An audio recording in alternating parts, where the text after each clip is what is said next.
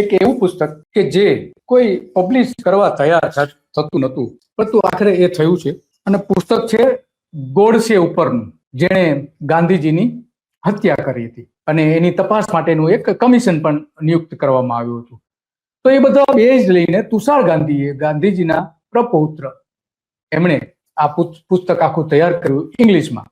અને એમની ઈચ્છા હતી કે આ ગુજરાતીમાં થવું જોઈએ. તો ગુજરાતીમાં પબ્લિશ કોણ કરે, કોણ હિંમત કરે? કોઈ તૈયાર થતું નતું.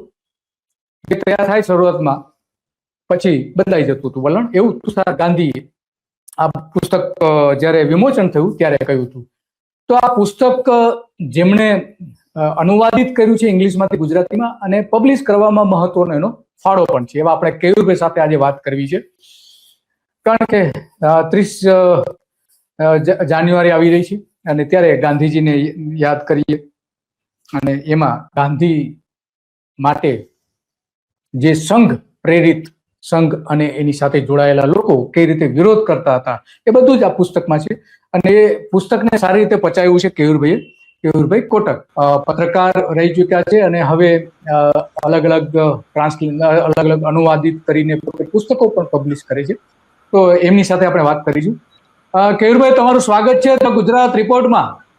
નમસ્તે દિલીપભાઈ.